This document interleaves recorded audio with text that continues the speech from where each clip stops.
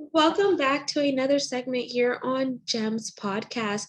For those of you that are new to the community, thank you so much for joining in. For those seasoned listeners, welcome back to another segment. With me today is a special guest by the name of Christopher, who goes by Chris Smith.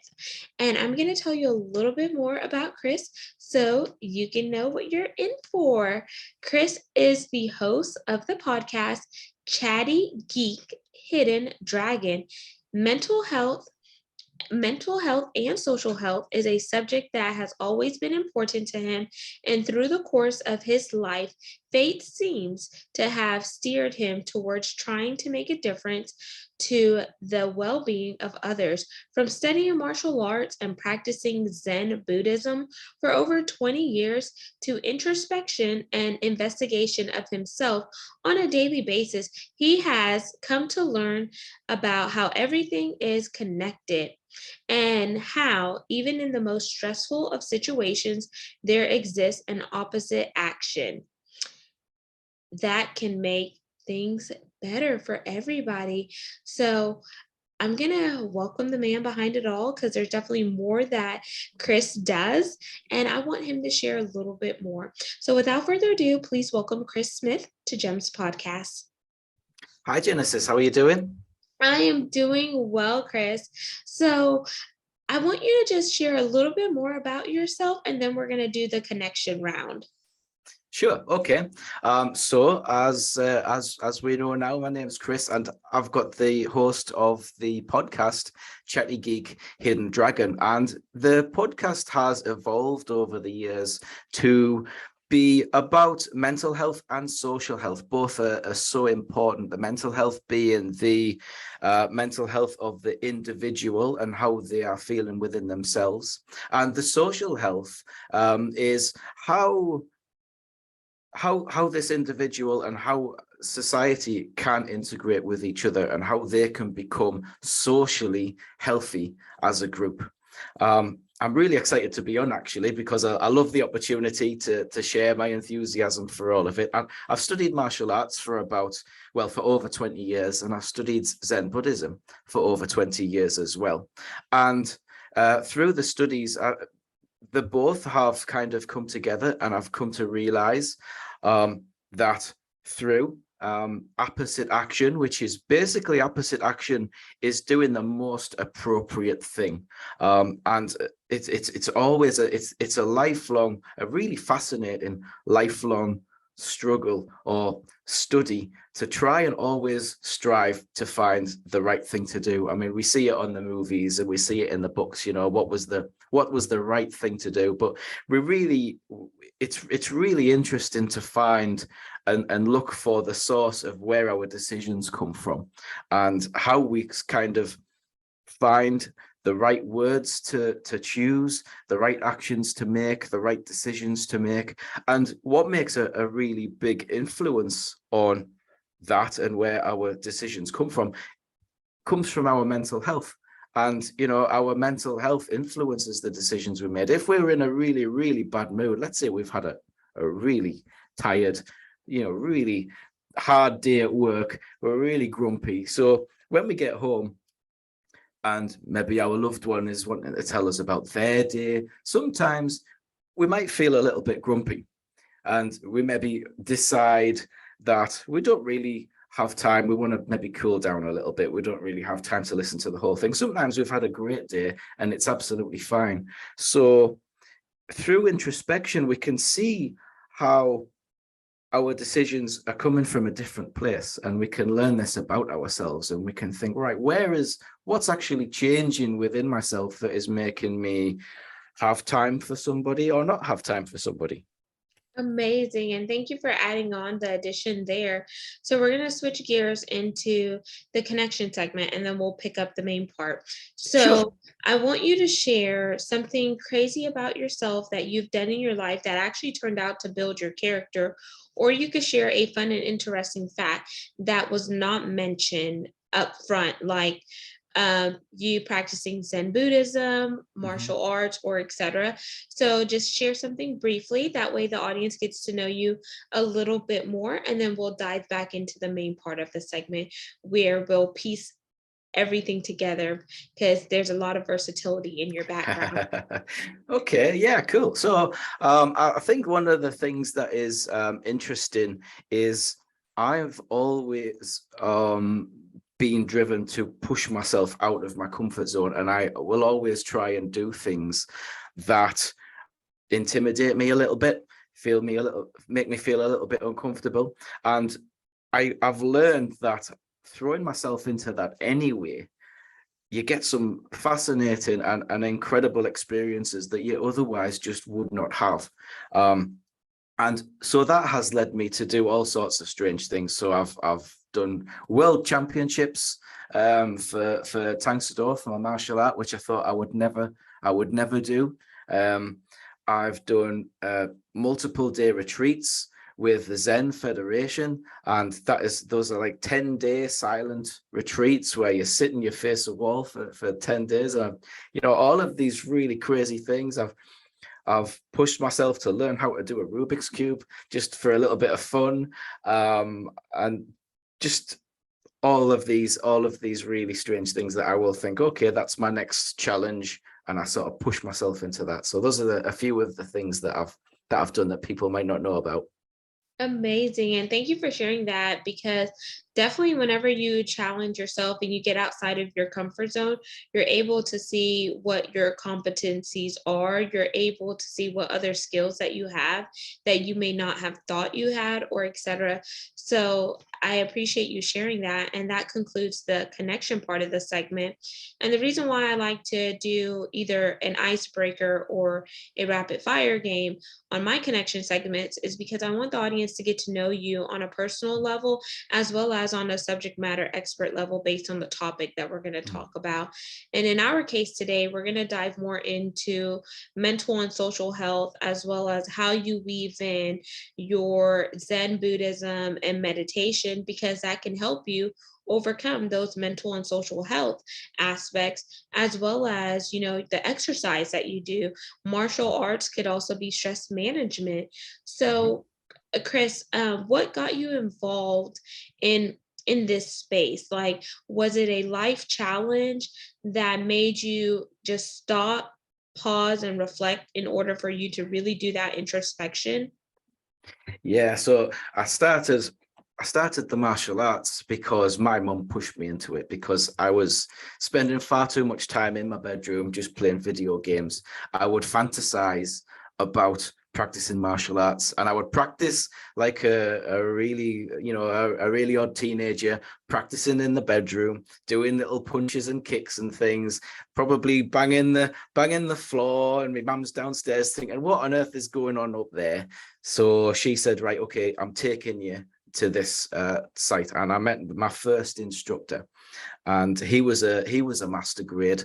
And with the master grades, they have a special belt, and it has the name embroidered. It'll say Master Chris Smith, for example, or Master such and such. And it is so like, wow, because you have the Dan grades, which is the black belts, and then you have this step up. And training with my instructor at the time, I just fell in love. And I'm not going to lie, I am a geek at heart. And through my training, I just wanted to be a Jedi. I do joke about this with other things. I just wanted to learn all of this really cool thing because I loved that. So that's what led me to try meditation. So I did a bit of research, and I thought, wait, find out, what do the Shaolin monks study? What kind of meditation do they do? And I figured out they did a type called Chan, Buddhist meditation. And I wasn't Buddhist at the time. I didn't really understand what it was, but I kind of had a bit of a background thought on the link between martial arts and Buddhism. So I want to ask a clarifying question here, because you Yeah. mentioned that your mom pushed you into martial arts because she wanted you to get outside of your bedroom, stop playing the video games, and she probably Yeah. wanted you to be active and intermingle with other kids that were your age or older, and maybe some disciplinary, because martial arts teach you self-discipline as well as self-discipline and also mental discipline too. I think both of them coincide. So whenever your mom pushed you into it, what age were you? I was 8. I was I was 17 when You I were was that age. Yeah, so I was quite old. It wasn't like I was a little kid. I was like 17, so I was like, coming into adulthood, and I guess I was a bit of an age where something like that was potentially going to make quite a bit of a difference for me. But yes, you're exactly right what you're saying, in that we are learning, as well as self-defense and things, which is important, and it is part of what we practice. We have things which are like basic principles, like loyalty to queen and country, respect to parents and elders, obedience to parents and elders, respect to instructors and seniors, self-control, and never misuse the art. And in my federation, those are our 5 basic principles, and these actually point towards social health and mental health, because if you're following those 5 basic principles, then we are able to be a better person and contribute in a better way to society. And also, with the self-control and watching our actions, we're also able to monitor ourselves. And by monitoring ourselves, we can see the slight differences that happen that cause us to deviate from the basic principles. So we can monitor and have an idea with our mental health, when we deviate away from these things, what's going on behind that? Are we misbehaving? Are we angry? Are we sad? Are we upset? Are we trying to, break free from something or escape? And it's really, really interesting when you're learning to look for those opposite actions again. So the most appropriate movement, and with retrospect, why did I deviate, and why did I choose those words? Why did I choose that action? Why did I eat the whole tin of cookies? Why did I not just take one? It's silly things like that, but we learn. Absolutely. So as you're going through that learning process, you're asking yourself foundational questions to help you understand why you did what you did and the relevancy behind it.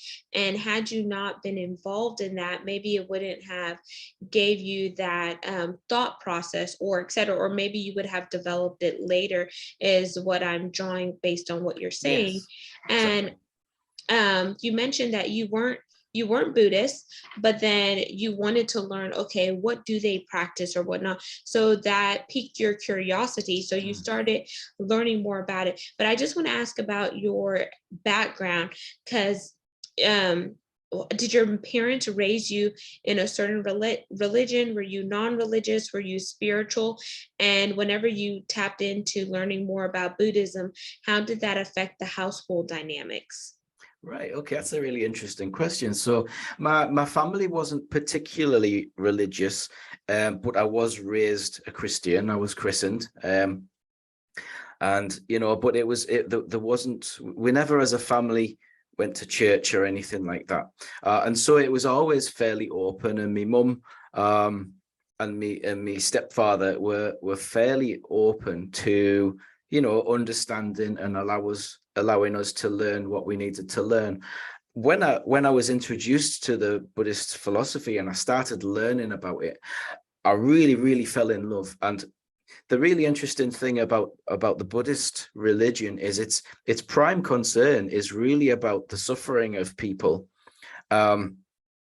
within this lifetime. So in the here and now, as people are suffering, and we want to try and understand why that is, and we want to help people on this journey through life, to sort of see for themselves how suffering can arise and the different kinds of suffering.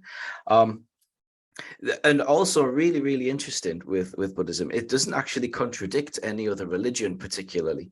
So you can, for example, if you have a strong Christian faith and you follow the teachings of Jesus and things like that, then Buddhism could teach you to do that mindfully.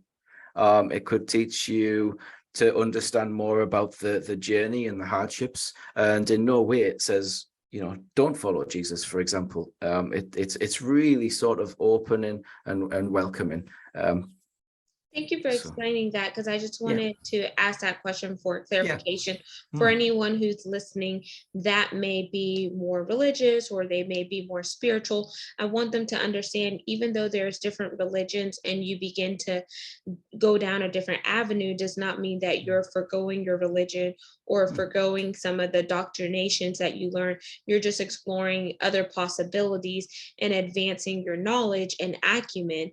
mm, And you mentioned one of the crazy things that you did was facing the wall for 10 days for silence. So, how was it for you to really get in that mode and still your mind and just engulf in that quiet time? Because we live in a society where everything is fast paced. You know, mm, technology is at our fingertips or whatnot.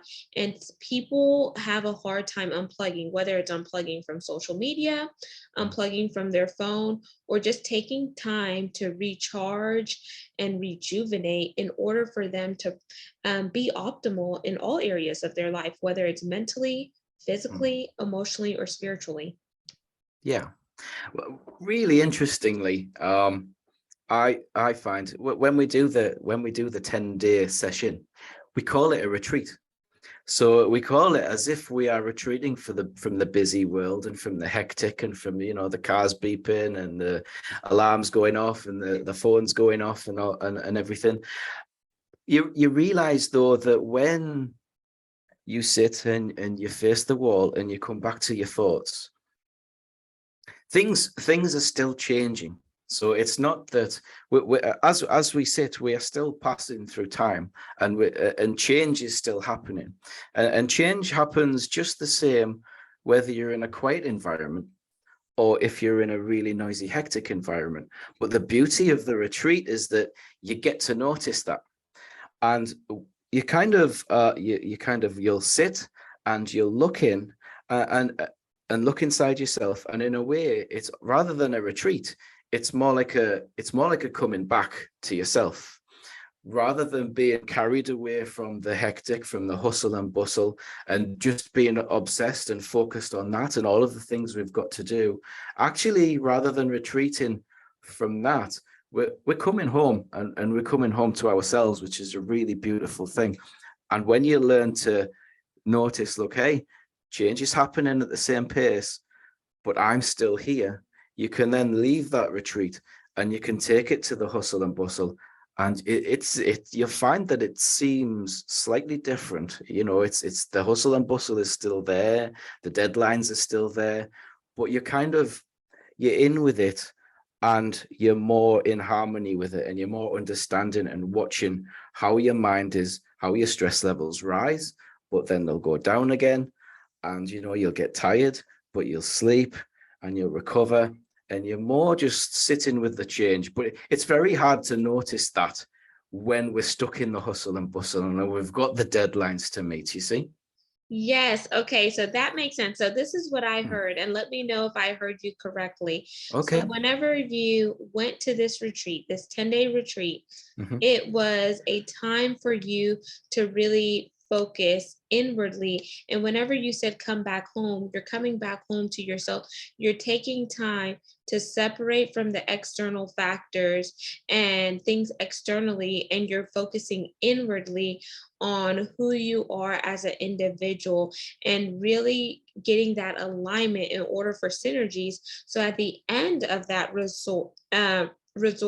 well, no, not resort, retreat, Yeah. then whenever you go back into the hustle and bustle, you now Hmm. have some tools and some methodologies.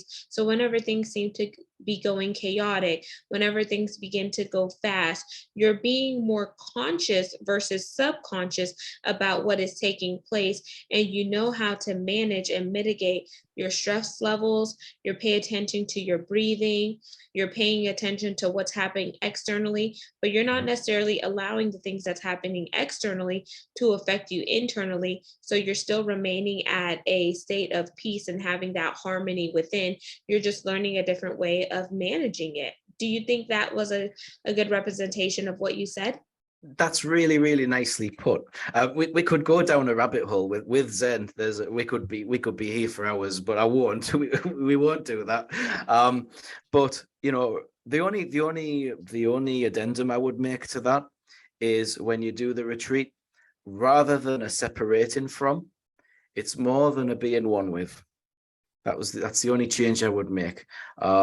Because when you go back to the hustle and bustle, you're one with the hustle and bustle, and the two can be together. And the really important is your mind, your state, your mood, who you are. That is in a state of change as well as the hustle and bustle that's changing. So are you, and everything is there, and you can be one with that. And it's not, if the problem is, or what we teach is, if you separate yourself, you have something that we will call dualism. And the problem with dualism is you have the me and you have the that, and you have the root of the problem, which is that I'm not happy with how that is. When you're one with it, that can't happen in a way. You have to get really good at it. I'm not at that level yet. But when you are one with it, that isn't able to happen, because there's not a me to be unhappy with how that is. Does that make sense? Yes, that makes sense. So if I heard you correctly, there's dualism. Is that what you Mm-hmm. said? And Yes. there's two ways of going about it, and then the other way is the one way of seeing it.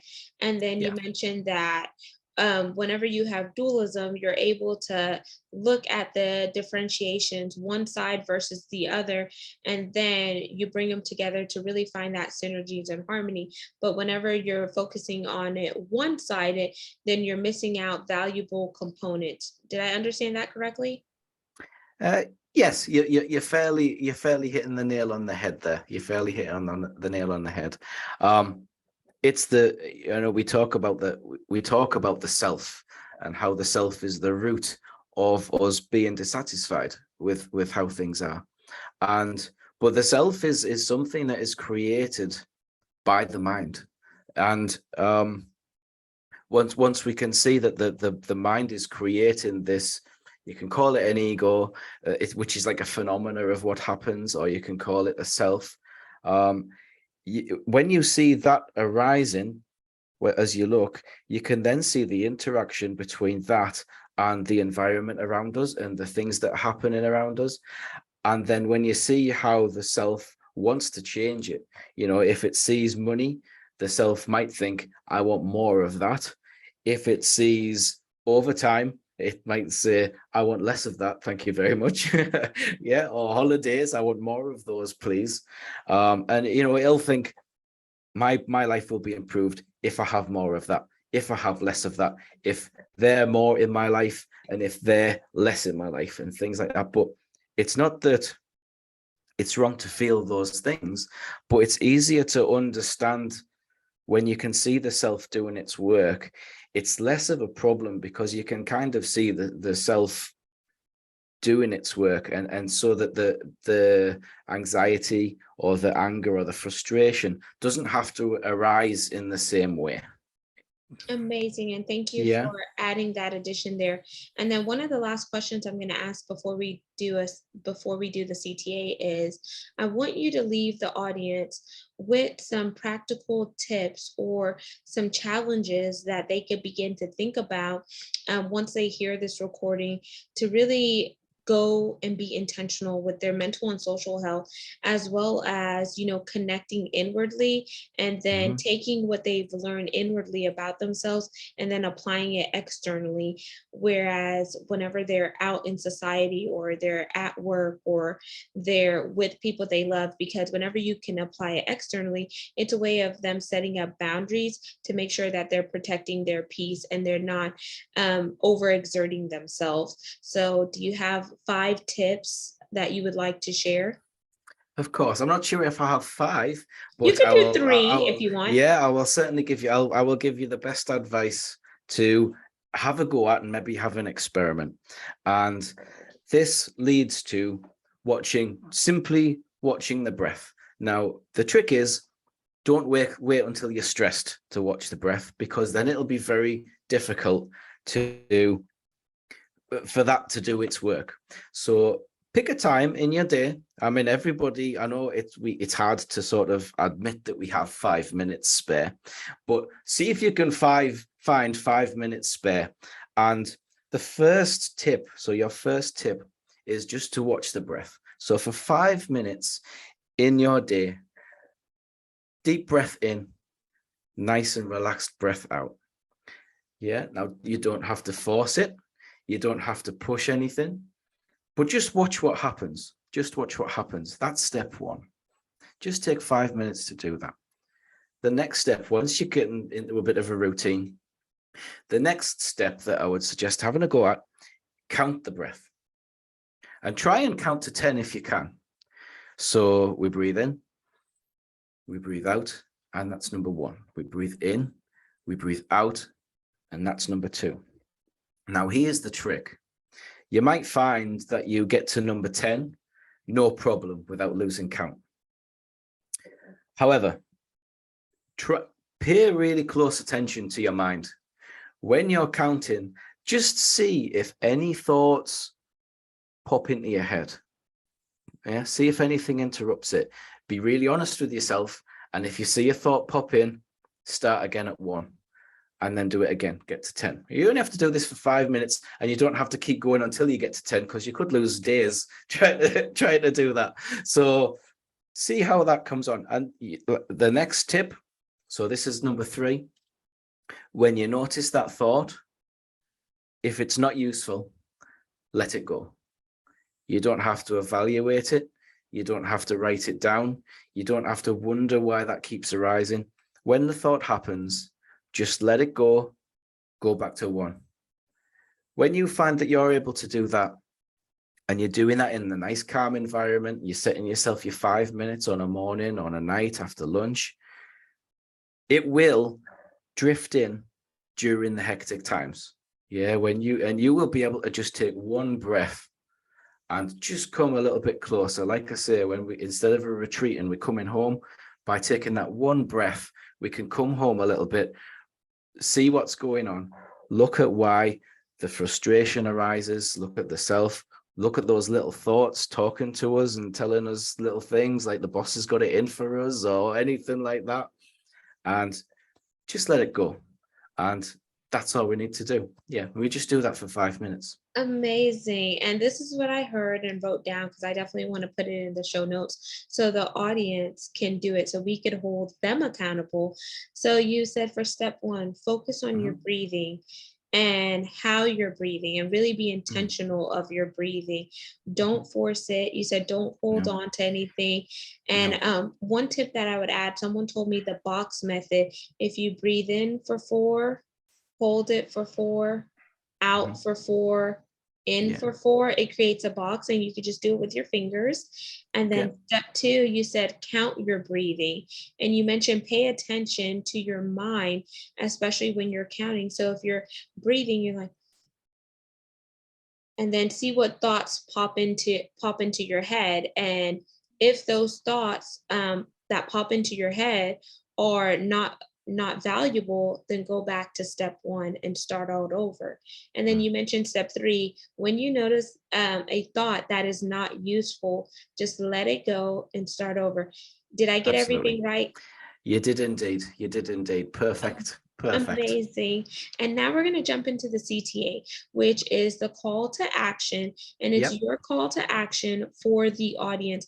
Outside of us giving them this challenge to do to help them, level up in their zenness. But I want you to think about another challenge based on the conversation that we have held. And what would you say to someone that says, you know what, Chris, it seems like you have it together. You did martial arts, you've done you've practiced Buddhism, Zenness, and you're really helping people in their mental and social aspect, but I'm still missing something. What would you say? Okay. Really, really good question. I would say if you're missing something, I would simply say use that question. So, if you want to do your 5 minutes meditation, another exercise that you could do for 5 minutes is just use that question. What do I feel I am missing? And also I would stress that I haven't got it together. Yeah. So, everybody, the thing about the mind is you can train as much as you want, but change within the mind still happens. And if you're feeling that something is lacking, or if you're feeling that something just doesn't seem to be getting achieved, or if you're just not satisfied with the way that things are, know that that is every one of the 8 billion people on the planet are experiencing that as well. So rather than look for an answer, maybe we need to see who is asking the question within yourself. Who is asking? Who is telling you that there is something missing? Because I tell you what, this is true, and it's sometimes hard to believe. The world is perfect, and you are perfect. Just as you are, and within the world as it is. I love that. And thank you for sharing that, Chris. And No now problem. I want you to plug your website so they could get a hold of you and let them know where you primarily hang out on social media for those social butterflies out there. Yeah, absolutely. So I'm on Twitter far too much that is healthy. But if you want to find out about Chatty Geek Hidden Dragon, all you have to do really is type it into Google. The website is there. There's links to all of the podcast interviews that we do. I also do a mental health journal that you can read or listen to. Totally optional. We're on Twitter and Chatty Geek HD and all of the social media outlets. You can find us there. I have a Discord where we're trying to build a community where people can talk about mental health and share thoughts and ideas and support each other.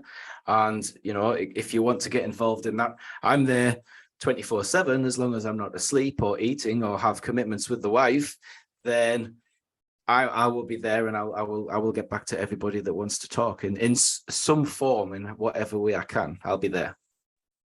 Thank you so much, Chris, for sharing that information. Audience, Chris's contact will be in the show notes. So all you have to do is read, scroll on down, and tap in with Chris.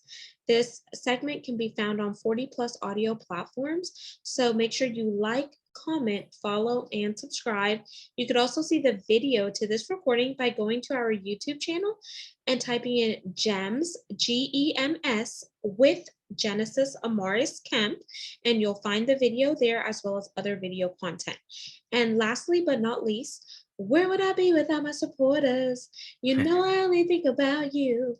I want to thank each one of you for taking time out of your day to listen to the subject matter experts that come into the community, as well as helping us fuel the mission and movement of the show, which is to curate topics that are educational, inspirational, and motivational, while we also weave in diversity, equity, inclusion, and belonging, because it does take all of us coming together to make this world a better place. And my big ask is for brand sponsors.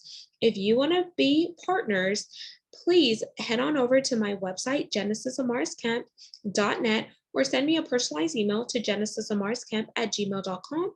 And you'll also see that this podcast is currently ranked in the top 2% globally out of 2.8 million podcasts per the metrics on www.listennotes.com is where you'll see those KPIs, key performance indicators. So thank you so much again, and I hope you have a blessed and prosperous day. Until next time, peace, love, and lots of blessings. Go take those challenges and work on breathing. You could also put a timer on your phone for 5 minutes, and you could do it in the bathroom where you're alone. You could do it in the shower, or you could do it while you're well, no, don't do it while you're commuting, because that may not be safe, because you need to close your eyes. So just do it somewhere that is safe, where you are alone and uninterrupted. Until next time, signing out, Genesis Amaris Kemp and Christopher Smith.